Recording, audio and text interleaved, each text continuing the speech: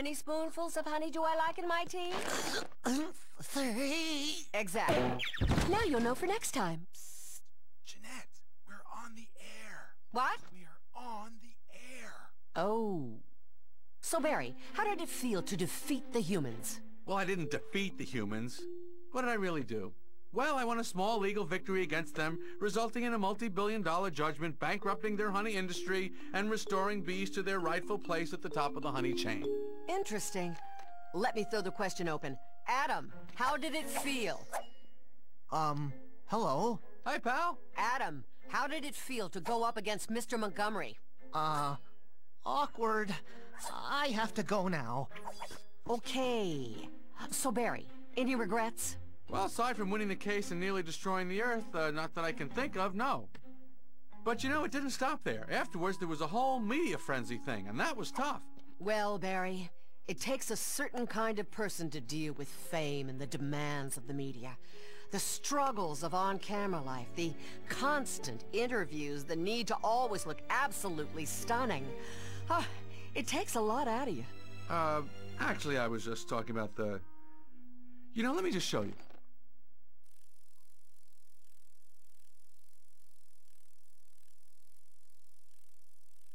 Come on, all the way in, and we're flying, we're flying. So, tell us more, Barry. Yeah, Barry, tell us how you felt during the trial. What? Oh, sure. Ladies and drones of the press, this, in the human world, is a court of law. And in this court, all beings are created equal and entitled to be heard. And that's exactly what I did. I stood right here and calmly, eloquently presented our case. Your Honor, I object on account that Mr. Benson is a no-good, a no-account insect who sought to dig up all sorts of so-called evidence and put to harm and ruin all of the plans for domination which I so craftily formulated and handed down, not to mention making a mockery of this court and our sacred judicial system. I therefore move for a mistrial. You can't move for a mistrial. We won fair and square. Besides, the court's not in session. Ah, but that's where you're wrong. I am the judge, jury, and executioner. Any calm and eloquent last words now, Benson? Yes. Run! I mean, fly! I hold you all in contempt.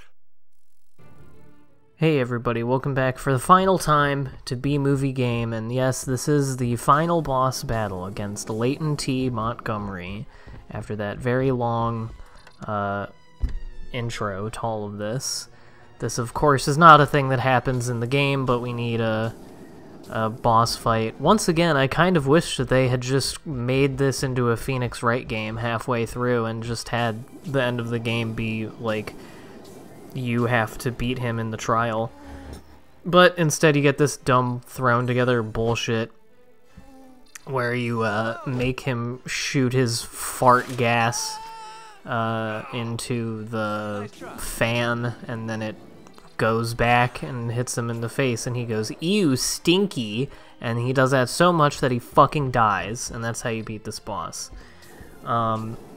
As I've said before, the end of this game is very thrown together feeling, and especially the cutscenes and stuff, like, they really start leaning in and spending a lot of time on the Jeanette Chung bit, which I think is kind of a law of diminishing returns type thing, where, you know, her little silly asides and whatnot were funny for a while, but then, like, I mean, it's like 2 or 3 minute cutscenes with these jokes about just like, LOL, she's a bitch in the news. She's in the fake news media.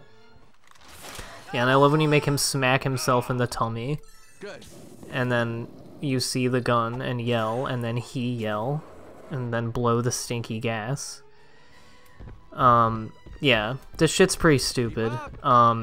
It just really, the last, like, 3 or so videos of this LP, I feel like you can tell that the wind has been taken out of the sails of this game, but no matter, because after this one, we will be done, and we can move on to bigger and better things, and by that I mean another video game. It probably won't be happening until sometime next week, like the first week of November, because I do have a game in mind for what my next one will be. I actually have like the next, if I do the ones that I am thinking of, I have a plan for like the next 4 LPs I want to do. But it's a matter of me like beating all of them, or at least like playing through a substantial amount of them.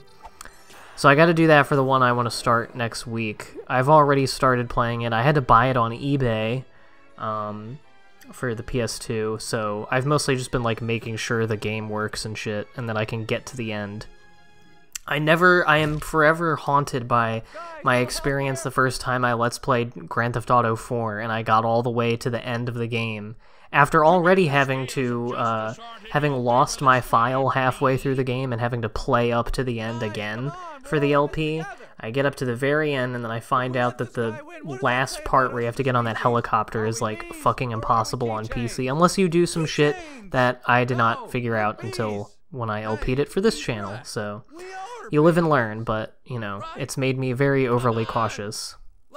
And yeah, here they try to recreate a bit, like a lot of lines of dialogue in this game, they try to clumsily recreate a bit verbatim from the movie, and the exact wording, delivery, and timing of it is just like awkward and strange. Because yeah, there's a part at the end where Barry says, "Are we bees or just Museum of Natural History keychains?" And everyone says, "We're bees," and one guy says, "Keychains." And he says, "Then follow me, except keychain," but because of video game, they have to make it like a minute-long thing. And also they don't say Museum of Natural History, so he just says keychains, and it doesn't make any sense. Anyway, here's the kind of boss we've done 400 times up to now. This is a very short little jaunt here. The only thing is that he takes a little bit longer to piss off, I guess, because, you know, he's really got a chip on the old shoulder for the bees. You know, he really hates them. He's like bee Hitler. Well, I guess, was there a bee Hitler? Because if we're to take the insinuation that bees are Jewish to its full extent, then I don't know if bee Hitler would be a bee or someone who would be the Hitler to bees, which would likely be fucking this dude, and or just the honey industry in general. I mean, we already have the gassing thing. The movie especially plays up that imagery a lot more. All you had to do was go away, and I would have been rich.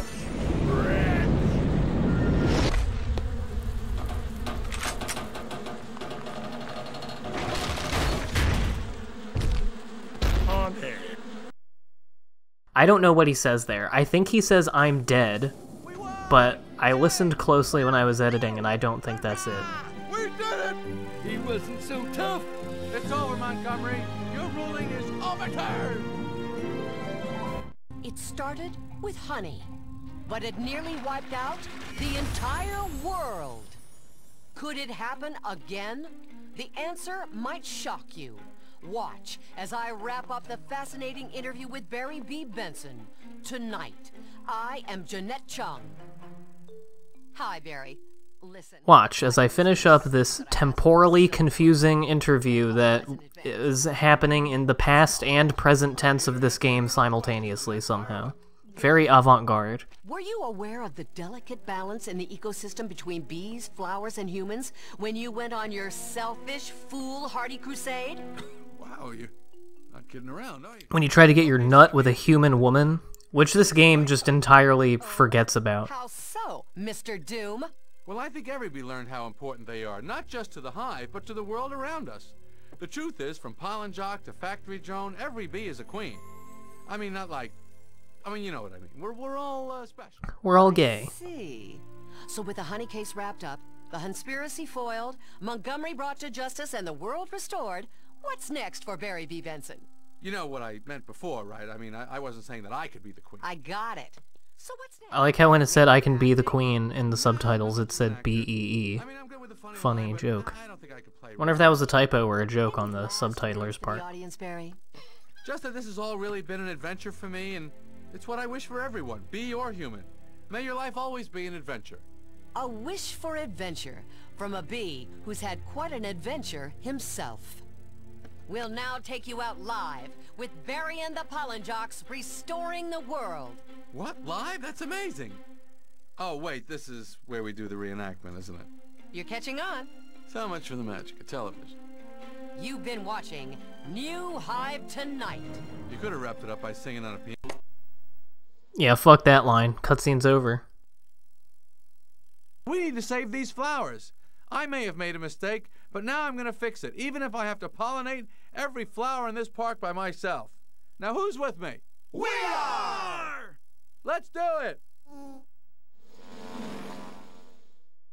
Here's the part where the Beatles cover comes in.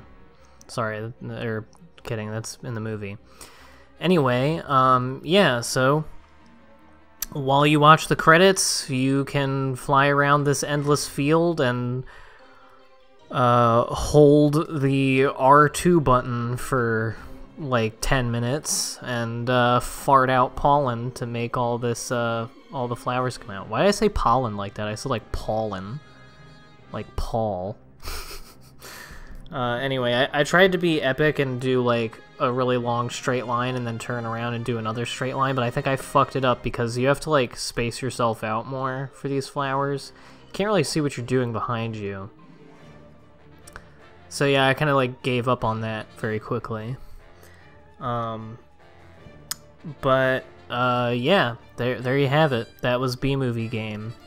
I'm gonna say not quite as good as the B-Movie movie. Who's Dan Boo? That's pretty funny. Okay, I can't get distracted by the fucking names. That's gonna be the only thing I talk about. Yeah. I don't have anything to say. I was worried that I was going to get distracted by the credits from all this great commentary that I don't have in my head. But yeah, I mean, I think I've offered enough thoughts over the course of this game to be sufficient that, you know, it's, I do like it, but I mainly like the first half where you're kind of getting into it, and, they like completely abandoned the whole flower pollination thing, and in general, the last like 4 or so chapters, so I guess more like 2/3 of the game, I just find to be like I find the levels to be kind of like boring. They're not very challenging. I actually think the peak of the challenge in the game is in like chapter 7 when you're doing the like that last rain level is like the hardest level in the whole game, and it's not even that bad. And the hardest boss, I don't even know who the hardest boss is because there's really, it's not, I've never really found this to be a super challenging game, even when I was younger and I sucked. I mean, I certainly found it more challenging then, but I never felt it to be super hard. It was more just, you know, the reason I never bought it when I was a kid and always just rented it is because I just would lose interest. Again, around that like chapter 7, chapter 8 point. So yeah. But it's still a nice little curio. I think it has some elements of it that are neat, and also it's B-Movie. It's the fucking meme game. I had to do it at some point. And it's, you know, an official part of the Young Tim video game canon. You know, it's a game that I played a lot. A licensed game that I played a lot when I was a kid, so it fits very much in the oeuvre of this channel. I like describing a YouTube channel as an oeuvre. So, yeah, I don't know. That's about it. Just gonna keep on pollinating them flowers, you know? So later on in the video after the credits, there's gonna be some clips from B-Movie. You get some choice clips from the movie for beating the game. I may or may not talk over them. I definitely will talk over them, but I might like speed them up or something because I don't want to get copyright shitted. Although they're like pretty shitty quality and they're already in their own little like border box, so I'm kind of hoping that it's not even an issue. But you never know with these fat cats over at YouTube, you know. Yeah, the best thing that this game has going for it as a licensed game and as a game based on a movie is that they got the whole original voice cast, except for Renee Zellweger. I guess she was a little too busy. She doesn't really strike me as someone who would want to be in a video game anyway. But it's cool that Jerry Seinfeld was on board for all this shit. I like to think that he was as intimately involved with the production of this as he was the movie. That would be pretty fun. And John Goodman is the one that I'm most impressed that they got. I don't know if I've heard John Goodman's voice in any other video games. I'm sure there's at least one. And I love Leighton T. Montgomery. He's like a really stupid, funny DreamWorks character, just a big, sweaty, fat Southern man. I've already commented on how I love his accent, his like kind of inscrutable Southern accent. Speaking of inscrutable accents, this is very random, but recently the New York Times accent map quiz was going around again. Every like couple months on Twitter that makes the rounds. And it's like you answer questions on what words you use for certain things, and it like places you on a couple different points on a map of the US to show like what region your accent is most like. And I did it recently, and I got New York and Jersey City, which makes a bunch of sense to me based on how I talk and where I live. But I swear to God, I did it the same exact answers as I did the last time that it made the rounds. And every other time I've done it, I got Fort Lauderdale, Florida, which I really don't understand where that came from. But yeah, there's the end of Jeanette Chung. It was really Jeanette Chung's game. Honestly, you know, it was really her story. I love that fucking logo of B-Movie where he's leaning on it and making that face. You also get the iconic "You Like Jazz" scene as one of these scenes. I also remember the B-Movie website had a bunch of these early scenes. Like full scenes, not these little snippets that you get here, like 1 to 2 minute long scenes on their website. It was like this, up to the point where she stabs herself with the fork. There was the part with the light bulb. There's the iconic tennis ball scene. And then there was the part where he sees all the honey in the, all the Ray Liotta private select honey in the grocery store. They were a lot more, they like put a lot more full clips of movies on official movie websites. Also, official movie websites were fucking dope in the mid-2000s. Just like DVD menus. I remember when Ratatouille aired a 9-minute long clip on Disney Channel, and then it was viewable on the website. The weird thing was it's actually broken up. Like, the sequence that it depicts is actually like 16 minutes of the movie, but whatever. Anyway, that's all completely unrelated. That was B-Movie Game. It's, you know, all the great things of these licensed games that I do. It's wonky, it kind of sucks, but it's also a little bit fun and charming, reminds you of simpler times. And this one is based on a movie that is a big meme, so... And I will see you all for the next thing I do, whenever I do that. See you then for that.